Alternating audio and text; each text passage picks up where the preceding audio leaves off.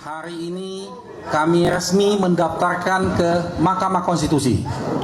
Kami sudah melakukan melalui online jam 1 malam tadi, dan pagi ini kami berserta tim hukum semua lengkap didampingin oleh Kapten Timnas kita yang kita banggakan, Kapten Shogi.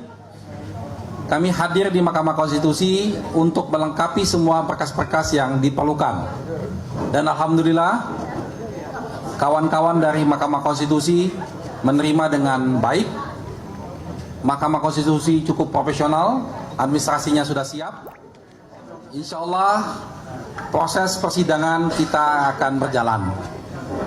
Dalam permohonan ini banyak hal yang kami sampaikan di permohonan ini.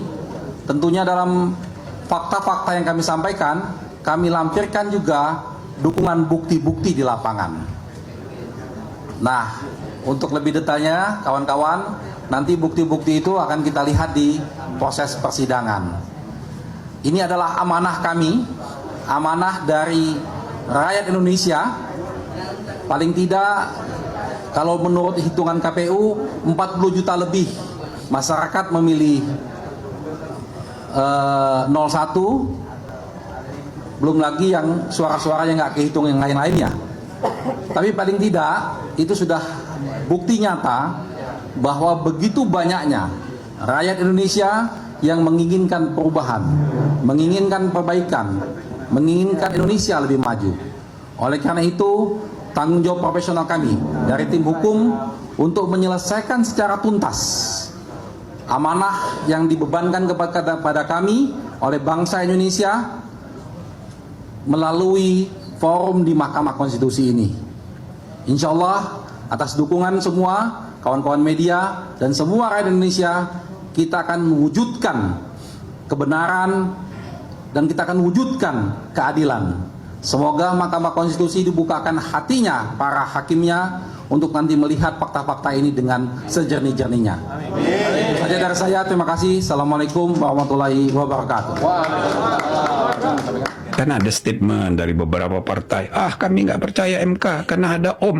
Nah gitu kan, jangan begitu.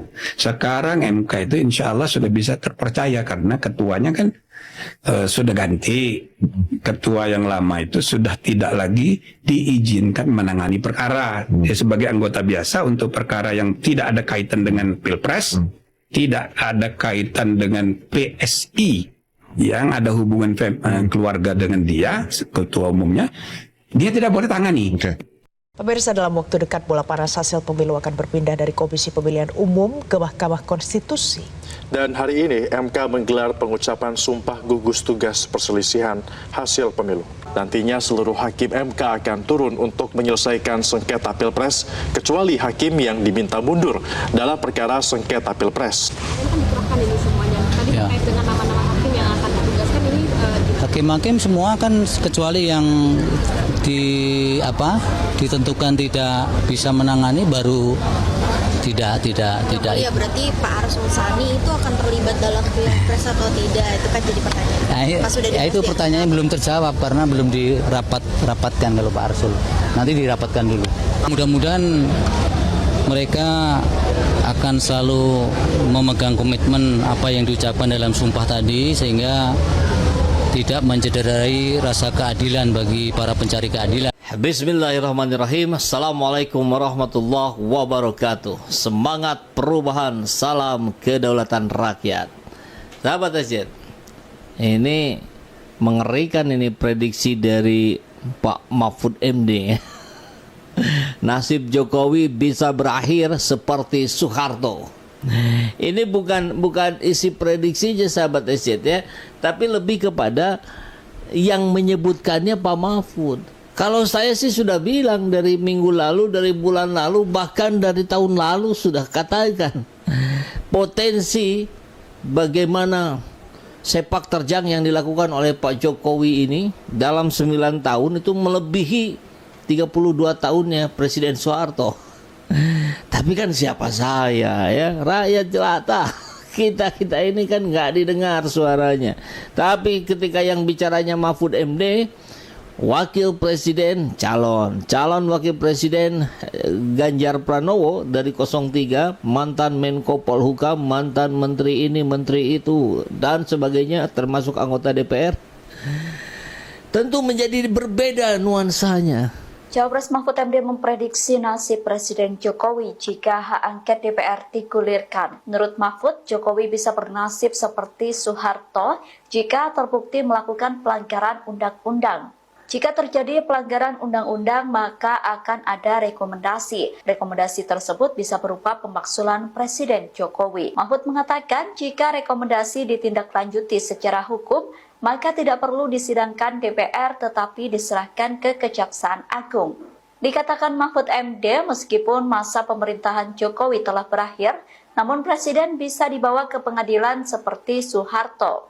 Sementara itu, pengamat politik Jojo Rohi mengatakan wacana hak angket akan sulit terrealisasi, sebab Presiden Jokowi diprediksi tidak akan tinggal diam terkait bergulirnya hak angket. Jojo menduga ada operasi senyap yang dilakukan untuk memporak-porandakan koalisi 01 dan 03. Operasi senyap tersebut ditujukan untuk menggagalkan bergulirnya hak angket. Menurut Jojo, partai koalisi 01 dan 03 diiming-imingi lolos ambang batas parlemen hingga tawaran posisi menteri di kabinet. Kita lihat prediksi Mahfud MD, nasib Jokowi bisa berakhir seperti Soeharto. Ya tentu ini berkaitan erat dengan hak angket yang diajukan oleh DPR. Bagaimana suara-suara ketidakpercayaan kepada Pak Jokowi ini semakin besar, istana panik, dan kemudian kita melihat potensi para menteri mundur juga besar. Kalau sudah begitu, apalagi desakan rakyat yang terus-menerus mengepung DPR tiada hentinya.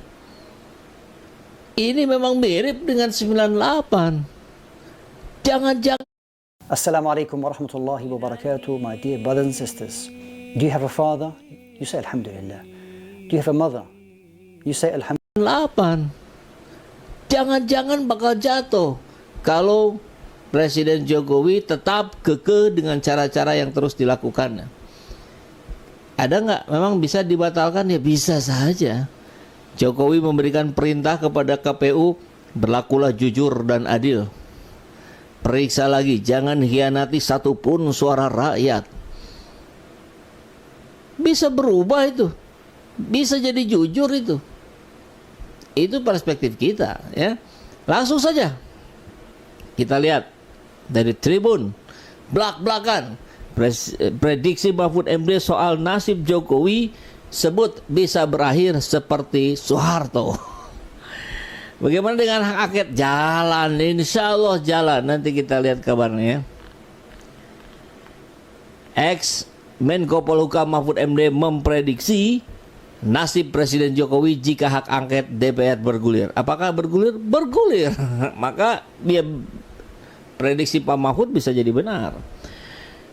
Mahfud menyebut nasib Jokowi bisa berakhir seperti Presiden Soeharto. Dikutip dari tribunnews.com, Jokowi bernasib seperti Soeharto jika terbukti melakukan pelanggaran undang-undang.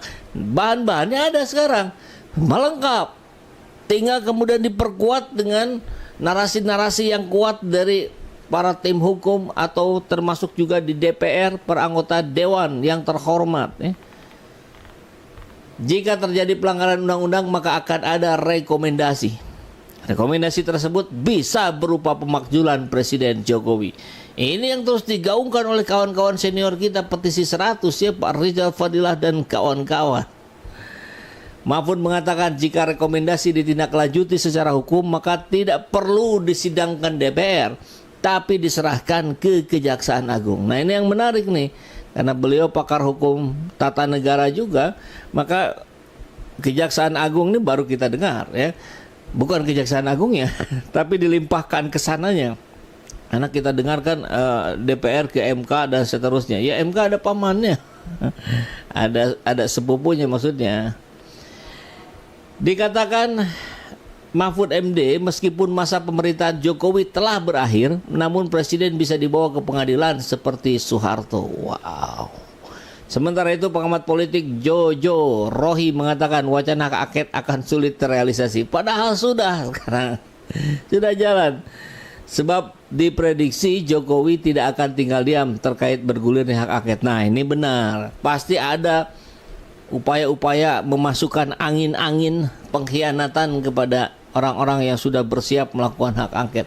Nggak apa-apa, kita lihat saja. Yang berkhianat, ya kita lawan. Kan begitu ya. Oke, jadi ini prediksi dari Mahfud MD yang luar biasa. Membuat saya kira semangat para pendukung 03 semakin memuncak, ya 01 juga lah ya.